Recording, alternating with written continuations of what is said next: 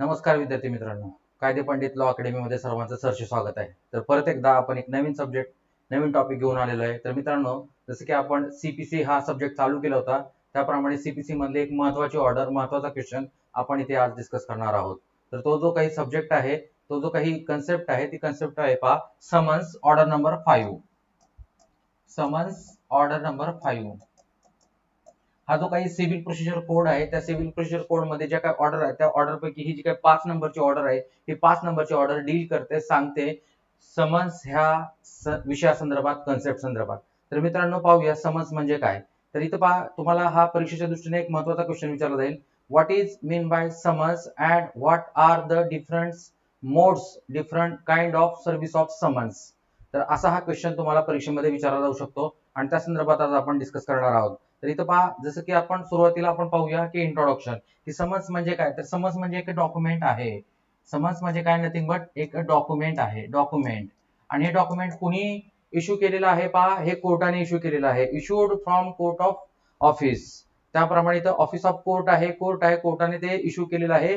आणि हे कशा करता केलेलं आहे, तर कॉलिंग अपॉन, ह्या डॉक्युमेंट नुसार काय केलं जातं, बोलावलं जातं. कॉलिंग अपॉन कोणाला, डिफेंडंटला. डिफेंडंट, की हा जो कोणी वादी आहे, ह्या वादीने जो काही दावा दाखल केलेला आहे, हा दावा दाखल केल्यानंतर तो जो दावा आहे, त्या दाव्यामध्ये जो काही प्रतिवादी आहे, त्या प्रतिवादीला कसं समजणार की त्याच्या विरोधात दावा दाखल झालेला आहे.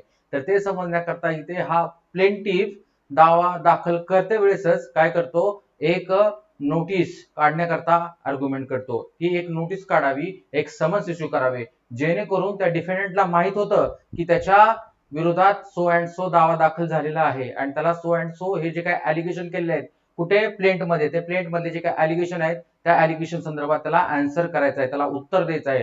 त्याकरता त्याला हजर राहणं गरजेचं आहे. आणि त्याप्रमाणे हा जो काही डिफेंडंट आहे, डिफेंडंट काय करतो, कोर्टामध्ये हजर राहतो. म्हणून त्याला बोलवण्याकरता, त्याला हजर राहण्याकरता हे जे काही डॉक्युमेंट आहे, डॉक्युमेंट कोणी इश्यू केलेलं आहे, कोर्टाने. आणि काय केलेलं आहे, कॉलिंग अपॉन डिफेंडंट, डिफेंडंटला, प्रतिवादीला बोलावलेलं आहे. आणि म्हणजेच हा त्याला म्हणलं जातं समन्स. हे this is a nothing but summons. आणि तर पहा, जो काही समन्स इश्यू केला जातो कोर्टाकडून, कोणाला, डिफेंडंटला, कशा करता, अपियर होण्याकरता, हजर होण्याकरता. आणि त्याप्रमाणे इथं काय केला जातो, हा जो समन्स आहे तो समन्स इश्यू केला जातो. त्याप्रमाणे कोर्ट त्याची काय करतं, सर्व्हिस ऑफ समन्स, त्याची बजावणी पण कोर्टच करतं. आणि त्याप्रमाणे इथं हा जो कोणी डिफेंडंट आहे, हा जो कोणी प्रतिवादी आहे, तो प्रतिवादी कोर्टामध्ये हजर होतो. त्यानंतर आहे पुढे की एखादा जर प्रतिवादी हा स्वतःहून कोर्टामध्ये जर हजर झाला असेल, तर त्याला समन्स इश्यू करण्याची, समन्सची सर्व्हिस करण्याची गरज पडत नाही. त्याचबरोबर हा समन्स डिफेंडंटलाच केवळ काढला जातो का, तर असं नाही. तर एखादा साक्षीदार आहे, त्या सूट मध्ये, त्या ट्रायल मध्ये जर एखादा जर विटनेस असेल, एखादा जर साक्षीदार असेल, तर त्या साक्षीदाराला सुद्धा काय केलं जातं, हा समन्स इश्यू केला जातो. त्यानंतर मित्रांनो, पुढचा पॉईंट आहे पहा, फॉर्मॅट ऑफ समन्स. तर हे जे काही फॉर्मॅट आहे, हा समज कशा फॉर्म मध्ये असेल, तर तो जो सेकंड पार्ट आहे तो आपण पाहूया इथे. Format of summons, format of summons. तर इथे आपण फॉर्मॅट पाहूया की समन्सचा जो काही फॉर्म असतो, फॉर्मॅट असतो, तो कसा असतो पहा. तर इथे पहा, every format of summons provided bye civil procedure code, की ही जो काही दिवाणी प्रक्रिया संहिता आहे, त्या दिवाणी प्रक्रिया संहितामध्येच हा जो काही फॉर्मॅट आहे तो फॉर्मॅट सांगितलेला आहे. आणि तो फॉर्मॅट असा आहे की summons is always issued in writing in duplicate, की तो कसा असेल पहा, इन रायटिंग, रायटिंग, लिखित स्वरूपात असेल, रायटिंग. आणि त्याबरोबर तो कसा असेल पहा, डुप्लिकेट फॉर्म मध्ये पण असेल. डुप्लिकेट फॉर्म मध्ये म्हणजे काय असेल पहा, की जे सर्व्हिस ऑफ समन झालेली आहे, त्याचं जे काय अॅक्नॉलेजमेंट आहे, त्या अॅक्नॉलेजमेंट साठी एक प्रत असेल, प्रतिवादीला देण्यासाठी एक प्रत असेल, आणि ती जी काय अॅक्नॉलेज झालेली जी काय प्रत आहे, ती प्रत परत तो जो कोण बेलीफ आहे, तो बेलीफ कोर्टामध्ये सादर करेल. म्हणून इथं पहा, तो डुप्लिकेट इथं फॉर्म मध्ये पण असेल, म्हणजे एक तो लिखित स्वरूपात असेल, त्याचे डुप्लिकेट एक फॉर्म असेल. त्याच्यानंतर असं म्हटलेलं आहे पहा, की तो जो काही समन्स आहे, तो समन्स साइन्ड अँड सील्ड, की त्याच्यावरती तो जो कोण ऑफिसर आहे, ऑफिसर ऑफ कोर्ट, तो पण कसा असेल पहा, त्याची साइन असेल, ऑफिसर ऑफ कोर्ट. त्याचबरोबर काय असेल, त्याच्यावरती सील असेल, कोर्टाचा शिक्का असेल, sign and seal, sign and seal, seal sign पण असेल आणि सील पण असेल. म्हणून इथं पहा आपण फॉर्मॅट पाहतोय, फॉर्मॅटमध्ये तो रिटर्न फॉर्म मध्ये असेल, डुप्लिकेट असेल, साइन असेल, सील असेल, असा हा content of format of summons आहे. अशा प्रकारे तो समन्स असेल आणि त्याप्रमाणे तो काय होईल पहा, हा सर्व्हिस ऑफ समन्स होईल. त्याप्रमाणे हा प्रतिवादी हा हजर होईल आणि हजर झाल्यानंतर इथे तो त्याचा काही डिफेन्स आहे, त्याचा जो काही रिटर्न स्टेटमेंट आहे तो रिटर्न स्टेटमेंट कोर्टाकडे सादर करेल. त्यानंतर आहे पहा मित्रांनो, इथं आपण पाहूया पुढे की हा जो काही सिव्हिल प्रोसिजर कोड आहे त्या सिव्हिल प्रोसिजर कोड मध्ये सांगितलेलं आहे पहा, इथं पहा issue of summons is one of most important stage, की ही जी काही समन्स इश्यू करणे, समन्स काढणे ही सर्वात मोठी किंवा इम्पॉर्टंट अशी स्टेज आहे. कारण इथं पहा सिव्हिल कोर्ट आहे आणि त्याच्यामध्ये नंबर ऑफ काय आहेत, सूट्स आहेत आणि हे काय आहेत, पेंडिंग आहेत, पेंडिंग आहेत. तर हे पेंडिंग असण्याचं एकमेव कारण की ते जे काही सूट्स असतात ते कसे असतात, ह्या स्टेजवर राहिलेले असतात, ह्या स्टेजवर ते अडकून पडलेले असतात. म्हणजे पहा सर्व्हिस ऑफ समन्स, समन्स की ही जी काही सर्व्हिस ऑफ समन्स ही जर लवकर झाली तरच ते दिवाणी दावे पुढे काय होतं, त्यांचा निपटारा होतो. त्याप्रमाणे ते काय होतात, मोठ्या प्रमाणात डिस्पोज ऑफ होतात. म्हणून ही जी काही सर्व्हिस ऑफ समन्स आहे ही ह्या दिवाणी प्रक्रिया संहिता मधील सूट्स मधली एक मोठी इम्पॉर्टंट अशी काय आहे, स्टेज आहे, स्टेप आहे. त्यानंतर मित्रांनो आपण हे जे काही ऑर्डर नंबर 5 आहे, हा ऑर्डर नंबर 5 आहेच, परंतु त्यासोबत काय आहे पहा, इथे आणखीन एक दोन इम्पॉर्टंट सेक्शन सांगितलेले आहेत आणि ते दोन इम्पॉर्टंट सेक्शन आपण आता डिस्कस करूया. तर सर्व्हिस ऑफ समन्स संदर्भात हे दोन इम्पॉर्टंट सेक्शन आहेत आणि ते आहेत पहा सेक्शन 27 आणि सेक्शन 28. तर सेक्शन 28 काय, 27 काय म्हणतो सुरुवातीला आपण पाहूया की जेव्हा एखादा दिवाणी दावा हा जर ड्यूली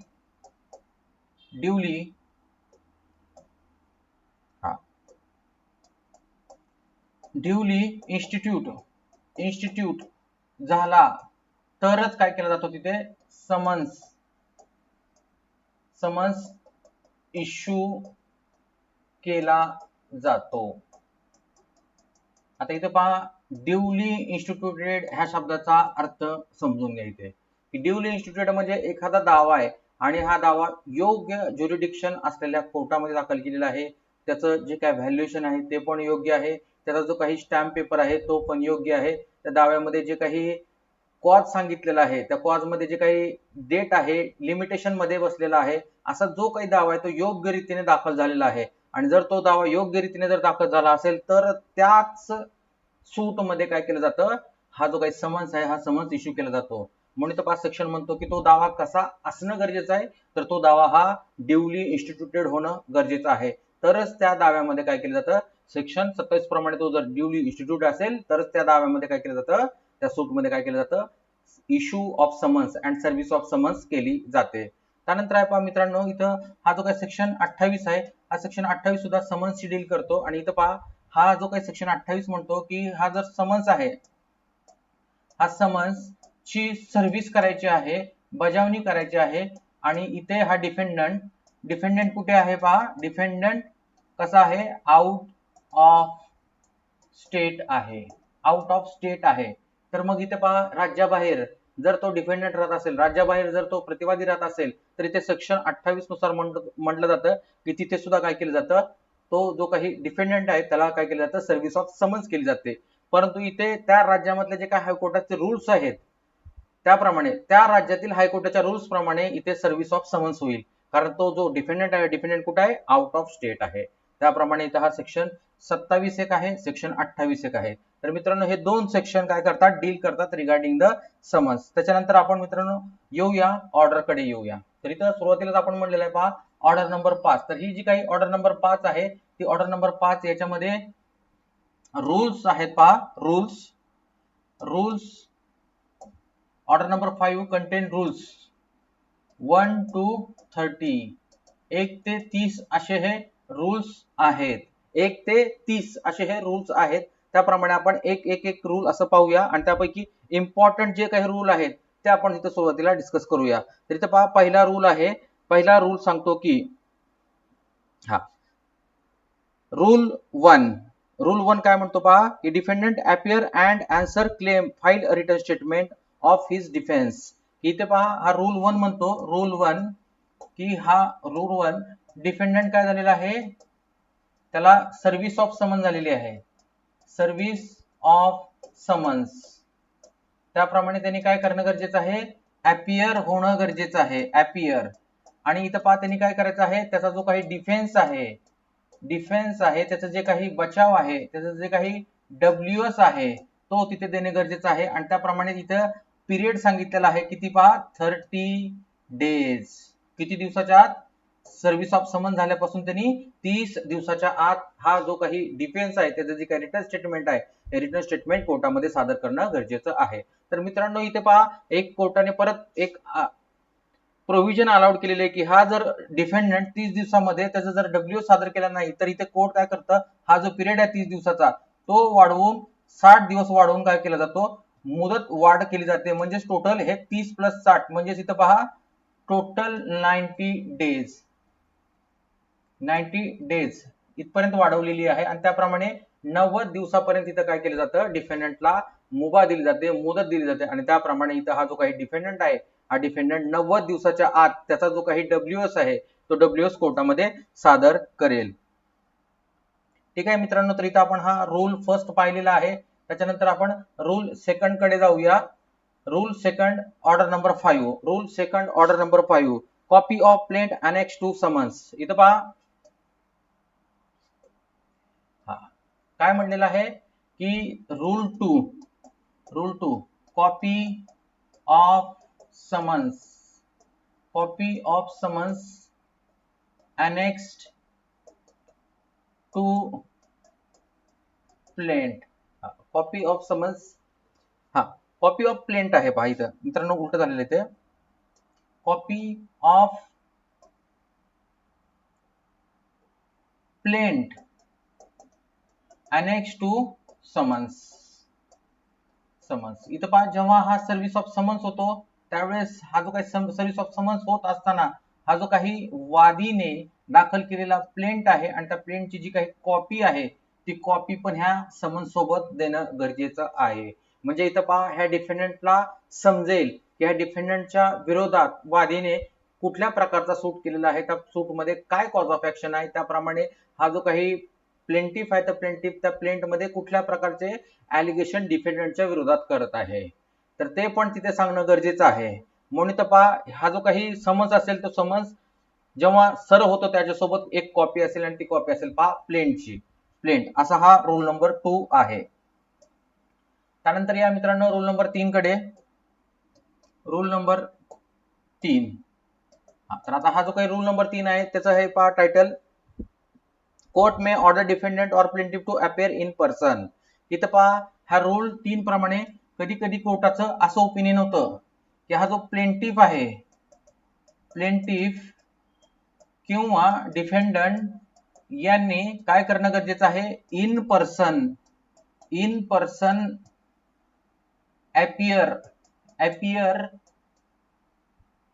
होणं गरजेचं आहे. In person appear. तर त्यावेळेस एक कोर्ट ऑर्डर करेल आणि ऑर्डर करून त्या प्लेंटिफला किंवा त्या डिफेंडंटला सांगेल इन पर्सन हजर राहण्याकरता, स्वतः हजर राहण्याकरता. जर कोर्टाला डीम फिट झालं, कोर्टाचं असं म्हणणं आलं की इथे हा जो प्लेंटिफ आहे, हा जो डिफेंडंट आहे, ह्या डिफेंडंटने स्वतः कोणत्याही एजंट मार्फत, कोणत्याही ऍडव्होकेट मार्फत, कोणत्याही प्लीडर मार्फत हजर न राहता स्वतः तिथे येणं गरजेचं आहे, तर मग मात्र इथं रूल 3 प्रमाणे त्यांना काय केलं जातं, स्वतः हजर राहण्याकरता सांगितलं जातं. असा हा रूल नंबर 3 आहे. त्यानंतर या मित्रांनो रूल नंबर 4 कडे.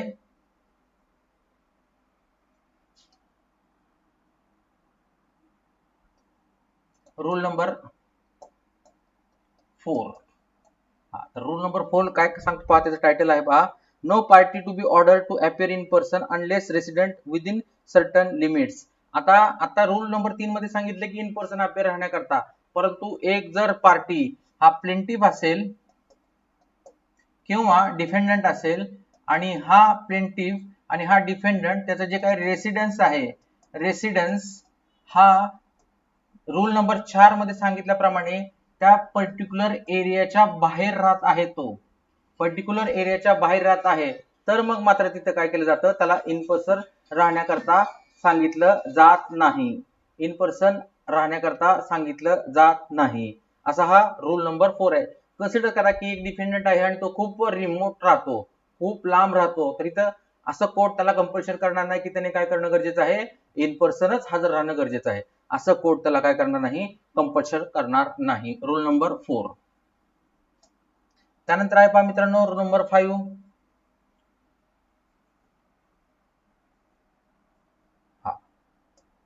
Rule number 5. रूल नंबर 5 चे टायटल आहे पहा, summons to be either settle issue or final disposal. तर इथं पहा हा जो काही समन्स आहे, हा समन्स काय केला जातो, दोन प्रकारे काढला जातो. Summons for settlement of issue. की हा जो काही वादाचा मुद्दा आहे, तो वादाचा मुद्दा सेटल करण्याकरता एकदा समन्स इश्यू केला जातो.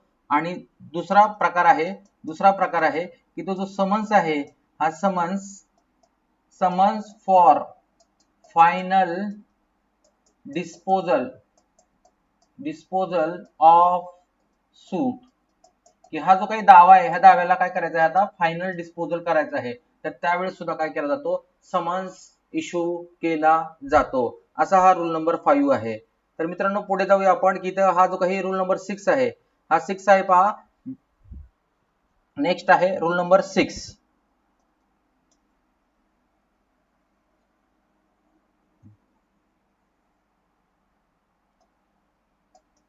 रूल नंबर 6 नुसार काय केलं जातं की हा जो काही समन्स आहे, हा समन्स काय केला जातो पहा, समन्स हा इश्यू केला जातो, परंतु हा जो काही हे जे काही डेट आहे, हे जी काही तारीख आहे, हा जो काही डे आहे, डेट अँड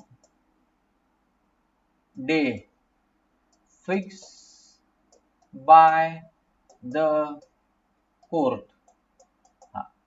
रूल नंबर 6 की रूल नंबर 6 नुसार तो जो काही प्रतिवादी आहे, हा प्रतिवादी कोणत्या तारखेला, कोणत्या दिवशी कोर्टासमोर हजर राहण्याकरता ठरवायचा आहे, ते ठरवण्याकरता हा रूल नंबर 6 आहे. आणि त्याप्रमाणे ते जे कोर्ट आहे, ते कोर्ट डेट फिक्स करेल आणि डे फिक्स करेल, आणि त्या दिवशी हा जो काही डिफेंडंट आहे, हा डिफेंडंट त्या कोर्टामध्ये हजर राहील. असा हा रूल नंबर 6 आहे. त्यानंतर आहे मित्रांनो रूल नंबर 7. तर रूल नंबर 7 चं टायटल आहे पहा, rule number 7, summons to appear defendant to produce document relied on by him. की ते पहा हे जे काही डिफेंडंट आहे, हा डिफेंडंट अपियर होणं गरजेचं आहे, अपियर आणि त्याचबरोबर त्याच्याकडे जे काही डॉक्युमेंट आहेत, ते डॉक्युमेंट त्यांनी काय करायचं आहे, प्रोड्यूस करायचे आहेत. प्रोड्यूस करायचे आहेत कुठे, कोर्टामध्ये. की ज्या डॉक्युमेंटच्या आधारे त्यांनी काय केलेलं आहे पहा, ज्या डॉक्युमेंटच्या आधारे तो रिलाइड आहे, त्या डॉक्युमेंटवरती तो रिलाइड अपॉन दॅट डॉक्युमेंट. ज्या डॉक्युमेंटवरती तो अवलंबून आहे, ते डॉक्युमेंट त्यांनी काय करणं गरजेचं आहे, कोर्टामध्ये सादर करणं गरजेचं आहे. आणि त्याकरता हा जो काही रूल आहे, रूल नंबर 7, तो सांगतो, तो एक्सप्लेन करतो. ठीक आहे मित्रांनो. त्यानंतर येऊया रूल नंबर 8 कडे. रूल नंबर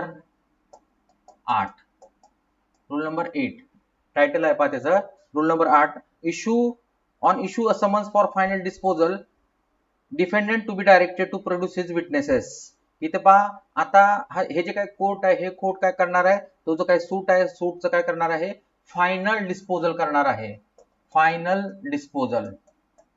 डिस्पोजल करणार आहे. आणि त्याकरता हा जो काही डिफेंडंट आहे, हा डिफेंडंट त्याचे जे काही विटनेसेस आहेत, ते विटनेसेस प्रोड्यूस करण्याकरता कोर्ट काय करेल, समन्स इश्यू करेल. आणि तो समन्स असेल रूल नंबर 8 प्रमाणे. म्हणून तर फायनल डिस्पोजल साठी डिफेंडंट त्याच्याकडे असलेले विटनेसेस हे कोर्टासमोर अपियर करण्याकरता आणि त्याचे जे काही डॉक्युमेंट आहे, ते डॉक्युमेंट प्रोड्यूस करण्याकरता जो काही समन्स इश्यू केला जाईल तो समन्स असेल पहा रूल नंबर 8 प्रमाणे. ठीक आहे मित्रांनो, त्यानंतर आहे पहा रूल नंबर 9. तर त्या रूल नंबर 9 प्रमाणे इथं म्हणलेलं पहा delivery of summons by court. तर इथं पहा रूल नंबर 9 अगदी थोडक्यात एका वाक्यात सांगितलं जातो की हे जे काही समन्स आहे हे समन्स काय केलं जातं पहा कोर्टाकडून पाठवलं जातं. कोर्टाकडून पाठवलं जातं कोणाला? त्या डिफेंडंटला. आणि त्याप्रमाणे हा डिफेंडंट काय होतो? कोर्टामध्ये हजर होतो. तर इथं पहा आपण रूल नंबर 9 मध्ये आलेलो आहे आणि त्याप्रमाणे रूल नंबर 9 मध्ये एक अमेंडमेंट झालेली आहे आणि ते अमेंडमेंट पण आहे आणि रूल नंबर पण आहे तो आपण इथे डिस्कस करूया. Rule number 9. रूल नंबर 9 काय म्हणतो पहा. हा काय आहे हा रूल नंबर 9? तर रूल नंबर 9 आहे पहा delivery of summons by court. Delivery of summons by court. तर इथं पहा हा जो काही delivery of summons by court. Summons by court. Court काय करणार आहे? त्याची डिलिव्हरी करणार आहे. कशाची? समन्सची. आणि कोणाला? त्या डिफेंडंटला. त्याप्रमाणे इथं पहा इथं आपण काय करणार आहोत? मोड्स पाहणार आहोत. तर एक सुरुवातीला कोर्ट काय करेल? त्याच्या ऑथोराइज्ड ऑफिसरकडून काय केलं जाईल पहा ऑफिसरकडून समन्स काय केलं जाईल? सर्व केलं जाईल. 1 2 असेल पहा आरपीएडी ने सुद्धा काय केला जातो? समन्स काय केला जातो? सर्व केला जातो. त्यानंतर आहे पहा कुरिअर. मग पण मात्र हे जे काय कुरिअर आहे हे कुरिअर काय करणं गरजेचं आहे पहा अप्रूव्ड बाय हायकोर्ट. ते जे काय हायकोर्ट आहे त्या हायकोर्टाने ते जे काय कुरिअर आहे त्या कुरिअरला अप्रूव्ड करणं गरजेचं आहे. तरच त्या कुरिअरद्वारे समन्सची काय होणार आहे? बजावणी होणार आहे. असं हे कुरिअर असेल. किंवा पुढे आहे पहा ईमेल, इलेक्ट्रॉनिक मेल. त्यानंतर आहे पहा फॅक्स. तर हे असे व्हेरियस मोड्स आहेत. अशा पद्धतीत काय होईल पहा delivery of summons by court to defendant. अशा प्रकारे हा सर्व्हिस ऑफ समन्स केला जाईल रूल नंबर 9 प्रमाणे. त्यानंतर आहे पहा मित्रांनो रूल नंबर 10 मध्ये येऊया आपण. मोड ऑफ सर्व्हिस ऑफ समन्स. जसं की आता सांगितल्याप्रमाणे हेच मोड आहेत. काय आहे पहा ऑथराइज्ड ऑफिसर. त्यानंतर काय? आरपीएडी. त्यानंतर काय? कुरिअर आहे. त्यानंतर ईमेल आहे आणि त्यानंतर फॅक्स आहे. हेच मित्रांनो काय आहेत? Modes of service of summons. जेव्हा तुम्हाला हा क्वेश्चन विचारला जाईल तुमच्या परीक्षेमध्ये त्यावेळेस तुम्हाला हे जे काही मोड्स आहेत हे मोड्स तुम्हाला डिटेलमध्ये एक्सप्लेन करणं गरजेचं आहे. त्याप्रमाणे इथं रूल नंबर 10 सुद्धा एक्सप्लेन करणं गरजेचं आहे. त्यानंतर आहे पहा इथे हा जो काही रूल आहे तो कॉमन रूल आहे पहा रूल 9 आणि 10. त्याप्रमाणे इथे पहा आपण इथे 10 पण म्हणूया modes. Various modes of service of summons. त्याप्रमाणे इथं पहा सर्व्हिस ऑफ समन्स झालेली आहे. Modes of service of summons हाच एक्झॅक्ट क्वेश्चन तुम्हाला तुमच्या क्वेश्चन पेपर मध्ये पाहायला मिळेल. त्यानंतर आहे पहा मित्रांनो इथे रूल नंबर 11 आहे. 11 रूल नंबर काय म्हणतो ते पाहूया आपण.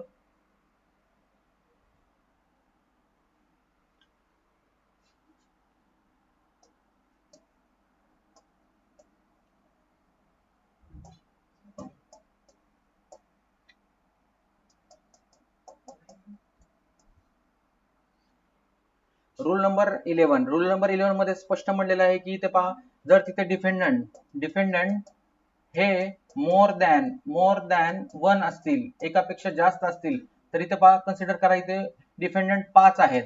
तर इथे पहा प्रत्येक डिफेंडंटला वेगळा असा समन्स इश्यू केला जाईल आणि त्याप्रमाणे सर्व्हिस ऑफ समन्स ह्या 5 जणांना 1 2 3 4 5 असे प्रत्येकाला काय केला जाईल पहा हा सर्व्हिस ऑफ समन्स केला जाईल रूल नंबर 11 प्रमाणे. म्हणून जितके डिपेंडंट आहेत तितक्या प्रमाणात तिथे काय होईल? सर्व्हिस ऑफ समन्स होईल. म्हणून इथं हा रूल नंबर 11 म्हणतो सर्व्हिस ऑन सेव्हरल डिपेंडंट. त्याच्यानंतर आहे पहा rule number 12 service on dependent in person when practicable or his agent. इथं पहा रूल नंबर 12 सांगतो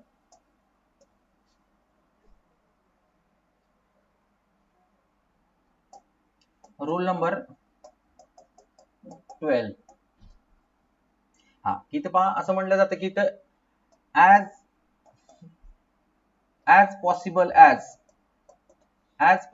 as it is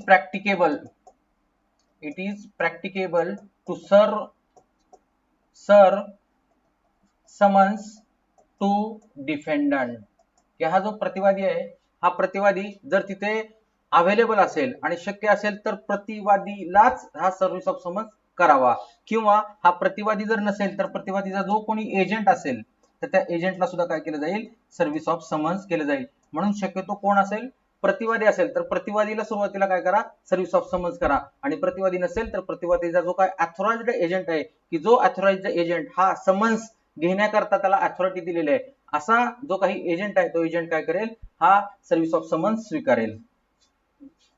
ठीक आहे मित्रांनो. त्यानंतर आहे पहा, आपण पुढे जाऊया रूल नंबर 13 प्रमाणे. रूल नंबर 13 इथे पहा, हा जो काही डिफेंडंट आहे, रूल नंबर 13,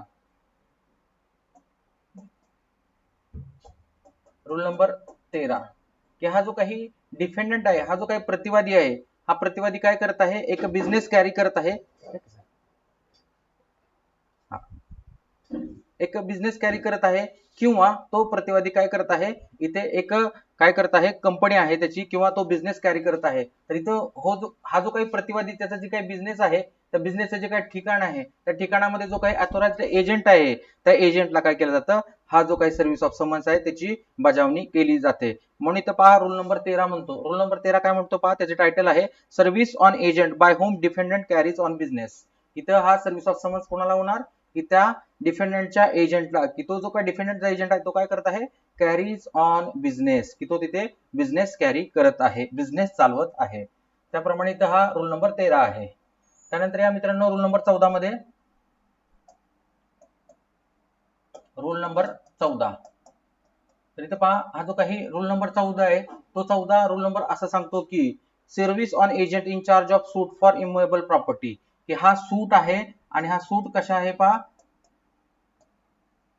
हा त्या इमूवेबल प्रॉपर्टी संदर्भात आहे, आणि त्या इमूवेबल प्रॉपर्टीच्या वरती एक पर्सन आहे, आणि त्याच्याकडे तो पर्सन जो आहे त्याच्याकडे इनचार्ज आहे, तो इनचार्ज आहे कशाचा, ह्या इमूव्हेबल प्रॉपर्टीचा, मुव्हेबल प्रॉपर्टी,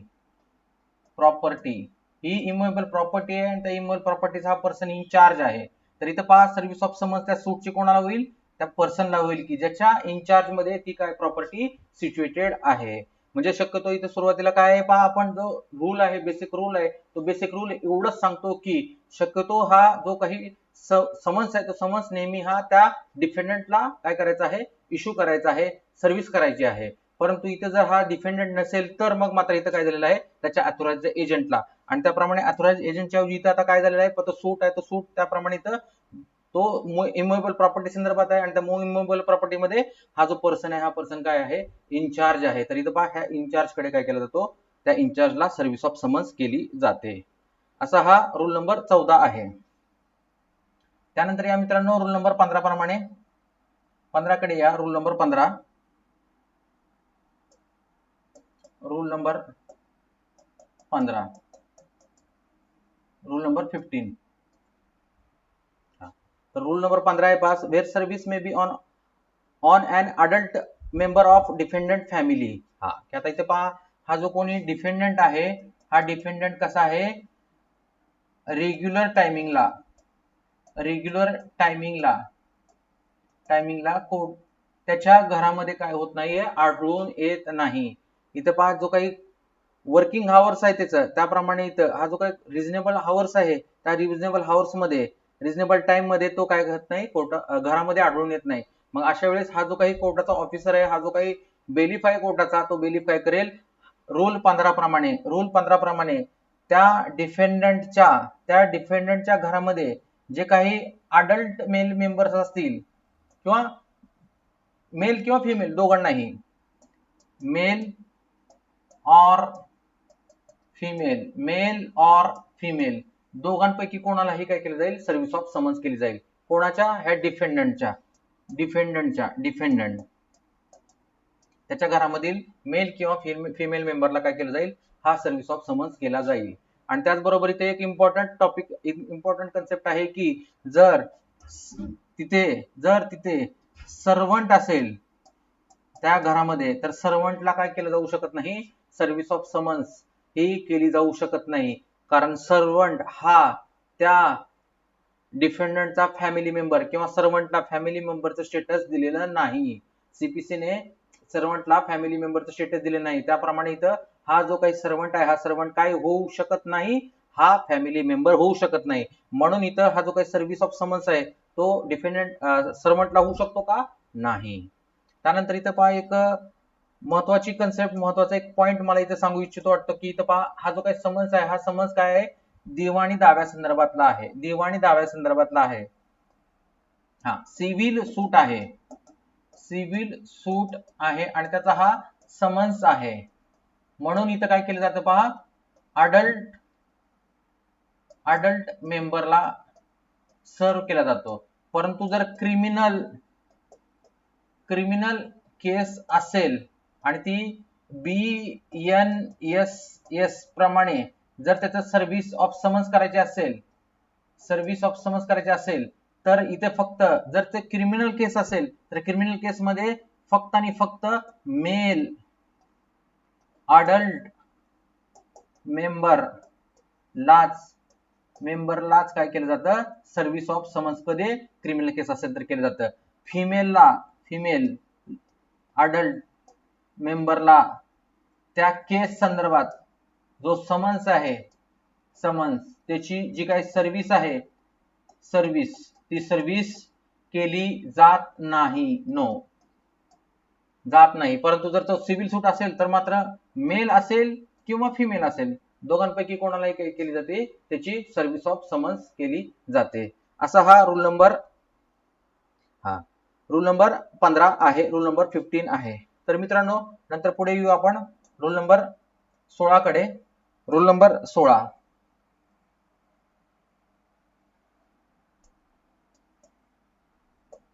रूल नंबर 16. तर इथे पहा हा रूल नंबर 16 काय म्हणतो की इथे हा जो काही डिफेंडंट आहे, त्याला जो काही समन्स सर्व केलेला आहे, मग इथं पहा तो पर्सन, मग एक तर तो डिफेंडंट असेल किंवा त्याचा तो अथॉराइज्ड एजंट असेल, तर त्या अथॉराइज्ड एजंटला, डिफेंडंटला, ज्या कुठल्या पर्सनला तो सर्व्हिस ऑफ समन्स केलेला आहे त्याने काय करणं गरजेचं आहे पहा, टू साइन एक्नॉलेजमेंट. की तिथे काय करणं गरजेचं आहे, साइन कशा करता, एक्नॉलेजमेंट एक्नॉलेजमेंट पोहोच म्हणून, मिळाले म्हणून तिथं काय करणं गरजेचं आहे, साइन करणं गरजेचं आहे, एक्नॉलेजमेंट. असा हा रूल नंबर 16 आहे, रूल नंबर 16 आहे. मित्रांनो नंतर पुढे येऊ आपण रूल नंबर 15 प्रमाणे, रूल नंबर 17 प्रमाणे. तर इथं पहा हा रूल नंबर 17 खूप इम्पॉर्टंट आहे. रूल नंबर 17, तर इथं रूल नंबर 17 सांगतो की हा जो काही डिफेंडंट, जो कोणी डिफेंडंट आहे, हा डिफेंडंट काय होत आहे पहा, डिफेंडंट रिफ्यूज टू एक्सेप्ट सर्व्हिस और कॅनॉट फाउंड.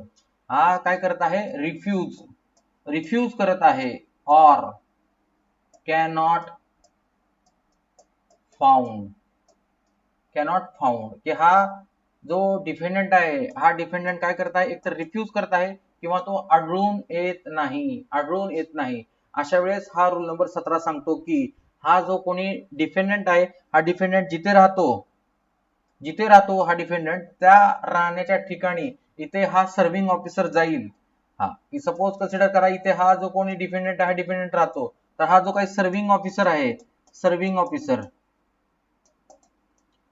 ऑफिसर किंवा बेलीफ म्हणतो आपण त्याला, हा तिथे जाईल आणि इथे पहा ड्यू काय करेल, तिथे त्याचा शोध घेईल, योग्य अशी चौकशी करेल की तो जो डिफेंडंट आहे हा डिफेंडंट आढळून येतो का हे पाहिल. ड्यू इन्क्वायरी करेल, तिथं योग्य प्रकारे अशी चौकशी करेल. आणि त्याप्रमाणे इथे जर तो आढळून येत नाही, फाउंड होत नाही, तर मग जिथे तो राहतो आहे किंवा जिथे तो काम करत आहे अशा त्याच्या राहत्या घराला किंवा तो जे काही तिथे वर्क फॉर गेन करत असेल अशा ठिकाणी, तो जिथे काम करत आहे अशा ठिकाणी काय केलं जाईल, हा समन्स त्या घरावरती काय केला जाईल, त्या दर्शनी भागाला अफिक्स केला जाईल. त्याला आपण डकून बजावणी म्हणतो, affixing a summons to conspicuous part of that defendant's house. की तिथं तो जो काही रेसिडेन्स आहे, त्याचं जे काही घर आहे, त्या घरामध्ये तो राहत आहे, तर त्याच ठिकाणी काय केलं जाईल, त्याचा जो काही त्या घराचा कॉन्स्पिक्युअस पार्ट आहे, दर्शनी भाग आहे, मग दरवाजा असेल किंवा ती पुढची समोरची भिंत असेल, त्या भिंतीवरती हा जो काही समन्स आहे तो समन्स काय केला जाईल, डकवून बजावणी केली जाईल, त्याला काय केलं जाईल तिथे चिटकवण्यात येईल. आणि त्याप्रमाणे हा जो कोणी सर्व्हिंग ऑफिसर आहे, हा जो कोणी बेलीफ आहे, तो बेलीफ काय करेल तिथे एक रिपोर्ट बनवेल आणि तो रिपोर्ट मध्ये इथं काय करेल एक दोन साक्षीदार घेईल, तिथे विटनेस करेल आणि त्याची साईन घेईल आणि त्याप्रमाणे हा जो काही रिपोर्ट बनवलेला आहे तो रिपोर्ट काय करेल कोर्टामध्ये सादर करेल, कोर्ट. आणि त्याप्रमाणे इथे कोर्ट आहे, ते कोर्ट काय करेल आता त्या ज्या काही तो जो काही डिफेंडंट आहे, डिफेंडंटला तो सर्व्हिस ऑफ समन्स झालेला आहे असं समजेल आणि पुढे तो जो काही सूट आहे तो सूट प्रोसीड करण्याकरता सांगेल. असा हा रूल नंबर 17 आहे, खूप इम्पॉर्टंट आहे. तर इथे पहा परीक्षेमध्ये जेव्हा तुम्ही हे सर्व रूल येतात त्यापैकी इथे 17 नंबरचा जो काही रूल आहे तो रूल मात्र स्पेसिफिकली मेन्शन करणं हे गरजेचं आहे. त्यानंतर आहे पहा इंडोर्स रूल नंबर 18. ठीक आहे मित्रांनो, तर इथपर्यंत जरी तुम्ही हे जे काही 30 रूल आहेत ते 30च्या 30 रूल लिहिले नाही तरी चालेल, परंतु इथपर्यंत जरी तुम्ही हे जे काही रूल्स लिहिले तरी पण सफिशियंट आहे, त्याप्रमाणे तुम्हाला ते मार्क मिळतील. ठीक आहे, तर इथं थांबूया मित्रांनो, आपण ही ऑर्डर इथेच थांबूया. तर इथं आपण ही ऑर्डर पाहिली आहे पहा, ऑर्डर नंबर 5 समन्स आणि त्याचे जे रूल आहेत ते रूल 1 ते 17. ऍक्च्युअली रूल आहेत 130, परंतु इथे पहा परीक्षेच्या दृष्टीने तुम्हाला 1 ते 17 हे महत्वाचे आहेत, त्याप्रमाणे तुम्ही तिथे हायलाइट करायचे आहेत, त्याप्रमाणे त्याचं एक्सप्लेनेशन करायचं आहे. ठीक आहे, धन्यवाद मित्रांनो.